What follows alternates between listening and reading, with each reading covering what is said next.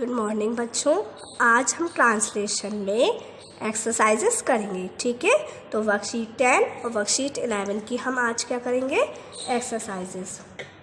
Okay, तो हमने worksheet 10 और 11 अच्छे से समझ ली है कि वर्कशीट 10 में हमने इन्फिनेटिव समझा था और वर्कशीट 11 में हमने पास्ट पार्टिसिपल के बारे में पढ़ा था, ठीक है। चलिए अब हम इससे रिलेटेड जो एक्सरसाइजेस आपकी फाइल में गिवन है उसको करते हैं। ओके, तो पहला क्या है, आपको इसमें इनको change the sentences into correct form using infinitive. आपको इन्फिनेटिव का यूज़ करके इन सेंटेंसेस को करेक्ट फॉर्म में करना है, ठीक है। पहला सेंटेंस क्या है बच्चों, I like listen to the radio. I like, अब यहाँ पर आप देख रहे हैं लाइक क्या होता है, पसंद करना। मैं क्या पसंद करता हूँ, तो यहाँ पर लिसन और लाइक दो वर्ब्स आपस में आ रही हैं, तो उन दो वर्ब्स के बीच में हम किसका यूज़ करेंगे, टू का। किसका यूज़ करेंगे, टू का। तो इसका सेंटेंस क्या बनेगा, I like to listen to the radio. तो क्या है इसका मतलब, मैं रेडियो सुनना पसंद करती हूँ। मतलब मेरे को क्या पसंद है, रेडियो सुनना। ओके, आगे देखिए, he likes eat popcorn when he goes see a movie. He likes, आप एक बार भी ध्यान रख सकते हैं, when we join two verbs together then we add to in between them. Okay, जब हम दो वर्ब्स को आपस में एक साथ जोड़ते हैं तो दो वर्ब्स को आपस में एक साथ जोड़ने से हम उसमें टू का यूज़ करते हैं। तो इसमें टू कहाँ लगाएंगे हम, ही लाइक्स। अब ही लाइक्स, लाइक एक वर्ब है पसंद करना, ईट एक वर्ब है खाना, तो लाइक और ईट के बीच में क्या आएगा, टू। तो he likes to eat popcorn, he likes to eat popcorn when he goes. अब गोज एक वर्ब है और सी एक वर्ब है, तो गोज और सी के बीच में क्या आएगा, टू। तो he goes to see a movie, मतलब he likes to eat popcorn, उसे पॉपकॉर्न खाना पसंद है या वह पॉपकॉर्न खाना पसंद करता है। When he goes to see a movie, जब वह मूवी देखने जाता है। कौन सा टेंस है यहाँ पर, प्रेजेंट इंडेफिनिट। ओके, आगे देखिए बच्चों, play in the snow is one of the life's greatest pleasures. मतलब प्ले वर्ब आ रही है हमारी, तो आपको मैंने बताया था किसी भी सेंटेंस की, मतलब सेंटेंस की इस तरीके से हम इम्परेटिव में तो कर सकते हैं, लेकिन यहाँ पर हम प्ले वर्ब को एक सब्जेक्ट के रूप में यूज़ कर रहे हैं, तो हम इसको सिंगल प्ले यूज़ नहीं कर सकते। हमें इसके साथ टू का यूज़ करना होगा। किसका यूज़ करना होगा, टू का यूज़। जैसे टू प्ले खेलना, तो खेलना क्या बन गया आपका सब्जेक्ट। आपको टू प्ले यूज़ करना होगा, तो क्या यूज़ करेंगे आप, to play in the snow is one of the life's greatest pleasure, ठीक है। तो इसका मतलब क्या है, जो महान, ग्रेटेस्ट मतलब बहुत बड़े महान जो प्लेजर्स होते हैं, प्लेजर्स मतलब जो आनंद होता है, तो जीवन का जो महान आनंद होते हैं जिसमें हमें बहुत आनंद आता है, उसमें से एक आनंद क्या है, स्नो में खेलना। जब स्नो पड़ती है, बर्फ़ पड़ती है, तो बर्फ़ में खेलने में आप लोगों को मज़ा आता होगा ना। तो बर्फ़ में जो खेलते, जो ठंडे ठंडे इलाके होते हैं वहाँ पर बहुत सारी बर्फ़ गिरती है, बहुत सारी बर्फ़ पड़ती है, तो उसमें खेलना एक जीवन के महान आनंदों में से एक है, ठीक है। आगे देखिए, he went downstairs get some coffee. अब ही वेंट डाउन स्टेयर्स, वह नीचे गया, गेट सम कॉफ़ी मतलब कुछ कॉफ़ी लेने के लिए। तो यहाँ पर वेंट एक वर्ब आ गई और दूसरी आई गेट वर्ब। तो गेट वर्ब सिंगल नहीं आएगी, गेट को हमें इन्फिनेटिव बनाना होगा। तो ही वेंट, आगे downstairs. He went downstairs to get some coffee. Okay. He went downstairs to get some coffee. आगे देखिए. He plays the guitar in order to relax. अब यहाँ पर plays एक वर्ब आई और एक relax वर्ब आई, तो ऑलरेडी टू जॉइंट है. ऑलरेडी टू जॉइंट है ना, इसलिए हम इसको ऐसे ही लिख देंगे. He plays the guitar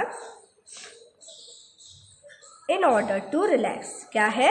In order to relax. Okay, मतलब रिलैक्स करने के लिए उसने गिटार बजाया. बजाता है, सॉरी, बजाता है ना, प्रेजेंट इंडेफिनिट है. आगे देखिए. I want go to the park. तो यहाँ पर वॉन्ट आ गई चाहना और गो आ गई वर्ब. मैं क्या चाहता हूँ? पार्क में जाना चाहता हूँ. तो आई, दो वर्ब के बीच में क्या आएगा? टू. एक तो मेन वर्ब है और एक इन्फिनेटिव. तो I want to go to the park, मतलब मैं पार्क जाना चाहता हूँ.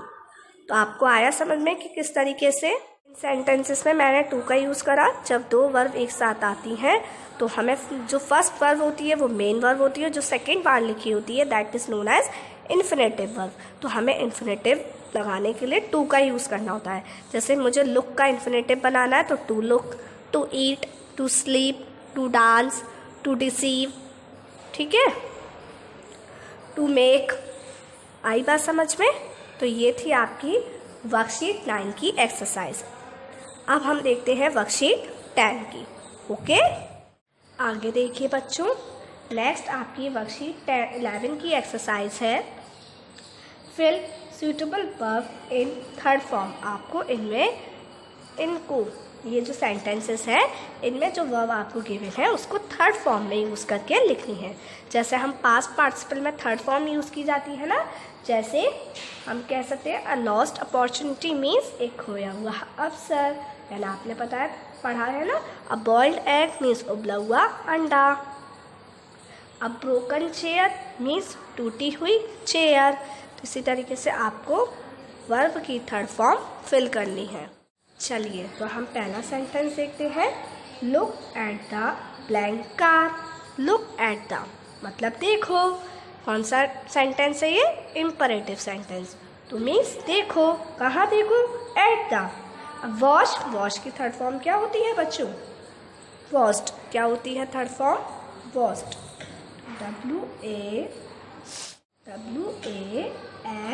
WASHED. तो look at the washed car means धुली हुई कार को देखो. ठीक है. आगे देखिए. It is an blank product. तो क्या वर्ब है? एडवर्टाइज. एडवर्टाइज मीन्स होता है ना किसी चीज़ का न्यूज़पेपर में विज्ञापन आना, एडवर्टाइज होना. तो इट इज़ एन, इसकी थर्ड फॉर्म क्या होगी? एडवर्टाइज्ड. मोस्टली जो वर्ब्स होती हैं उसमें हम ईडी लगा देते हैं उनकी थर्ड फॉर्म या सेकंड फॉर्म बनाने के लिए.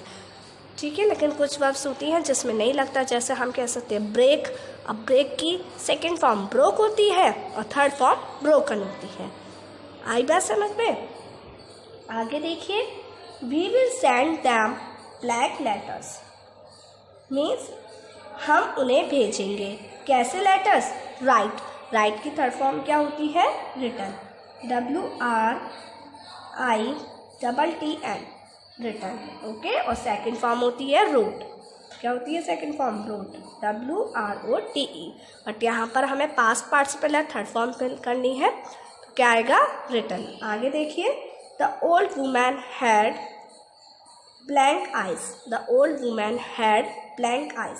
सिंक. सिंक मीन्स क्या होता है? डूबना. सिंक मीन्स डूबना. और डूबने की थर्ड फॉर्म, सिंक की थर्ड फॉर्म होती है sunk. The old woman had sunk eyes means जो वो बूढ़ी महिला है उसकी कैसी आइज है? संक आइज मीन्स ये है कि उसकी आंखें अंदर की तरफ है, घुसी हुई है, थोड़ी सी डूबी हुई है, मतलब अंदर की तरफ है. जब कोई चीज़ डूब जाती है तो अंदर चली जाती है. इसी तरीके से जो ओल्ड वुमैन है उनकी आंखें कैसी हैं? अंदर की तरफ घुसी हुई हैं. ठीक है. आगे देखिए. She looked blank surprise. अब शी लुक सरप्राइज की आप सभी को थर्ड फॉर्म पता होगी, क्या होती है? सरप्राइज्ड। तो शी लुक्ड सरप्राइज्ड मतलब वो सरप्राइज्ड दिखी, आश्चर्यचकित दिखी। आगे देखिए, you can read the blank articles, आप पढ़ सकते हो द ब्लैंक आर्टिकल्स। कैसे आर्टिकल्स? ट्रांसलेट। अब ट्रांसलेट की थर्ड फॉर्म क्या होती है? ट्रांसलेटेड। इसके लिए आपको वर्ब्स की थर्ड फॉर्म पता होनी चाहिए। तो आप ज़्यादा से ज़्यादा जितनी वर्ब्स आप पढ़ेंगे आपको उतनी वर्ब्स की थर्ड फॉर्म, सेकंड फॉर्म के बारे में पता चलता जाएगा। तो you can read the blank articles मतलब you can read the translated articles मतलब तुम ट्रांसलेटेड आर्टिकल्स, ट्रांसलेट मीन्स होता है किसी एक लैंग्वेज से दूसरी लैंग्वेज में उसको ट्रांसलेट करना। जैसे हिंदी में हमें कोई चीज़ दी है और हमने उसको इंग्लिश में क्या कर दी? ट्रांसलेट कर दी, मतलब एक भाषा से दूसरे भाषा में बदल देना, अनुवाद करना। ठीक है, तो तुम ट्रांसलेटेड आर्टिकल्स को, अनुवाद किए गए आर्टिकल्स को पढ़ सकते हो। ओके, आगे देखिए बच्चों, आगे देखिए बच्चों, blank neighbours complaint to the manager. Blank neighbours complaint to the manager. अब अनॉय, अनॉय मीन्स होता है गुस्सा करना।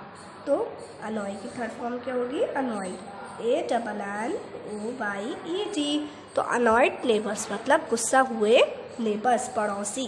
कंप्लेंट मतलब कंप्लेन की, शिकायत की, किससे? टू द मैनेजर, मैनेजर से। ठीक है, तो अनॉय की थर्ड फॉर्म क्या होती है? अनॉयड। आगे देखिए, डॉक्टर टच्ड माई ब्लैंक आर्म। डॉक्टर ने छुई, कौन सा टेंस है ये? पास्ट इंडेफिनिट है ना। तो डॉक्टर ने छुई माई, मेरी। अब ब्रेक की थर्ड फॉर्म क्या होती है? ब्रोकन। तो माई ब्रोकन आर्म मतलब मेरी टूटी हुई भुजा को, मतलब डॉक्टर ने मेरी टूटी हुई भुजा को छुआ। आगे देखिए, the drinks blank at that bar are delicious. अब सर्व मीन्स क्या होता है? सेवा करना या फिर परोसना। तो सर्व की थर्ड फॉर्म क्या होती है? कुछ नहीं, बस डी लग जाता है तो सर्व्ड क्या हो जाएगी? सर्व्ड। तो द ड्रिंक्स सर्व्ड मतलब जो ड्रिंक्स सर्व की गई, परोसी गई, कहाँ? एट दैट बार, उस बार में। आर डिलीशियस, कैसी थी वो? स्वादिष्ट थी, अच्छी थी। ठीक है, आगे देखिए, the red shirt blank by you belongs to my brother. The red shirt blank by you belongs to my brother. अब वियर, वियर मीन्स क्या होता है? पहनना, और पहनने की थर्ड फॉर्म होती है वॉर्न, WORN। ठीक है, तो जो लाल टी शर्ट तुम्हारे द्वारा पहनी गई, बताया था ना मैंने इसकी कैसे हिंदी निकलती है? ब्रोकन फटा हुआ, लॉस्ट खोया हुआ। ठीक है, या हम ऐसे भी बना सकते हैं, वरीड मीन्स चिंतित, रिटर्न लिखा हुआ। तो रेड शर्ट जो तुम्हारे द्वारा पहनी गई है, बिलोंग्स टू माई ब्रदर मतलब मेरे ब्रदर से संबंधित है, मतलब मेरे ब्रदर की है। आई बात समझ में? तो बच्चों, आपने देखा कि किस तरीके से हमने वर्कशीट 11 की एक्सरसाइज और वर्कशीट 10 की एक्सरसाइज सॉल्व की। इन द सेम वे आपको भी ओनली इंग्लिश में ही सॉल्व करनी है। Okay, good bye.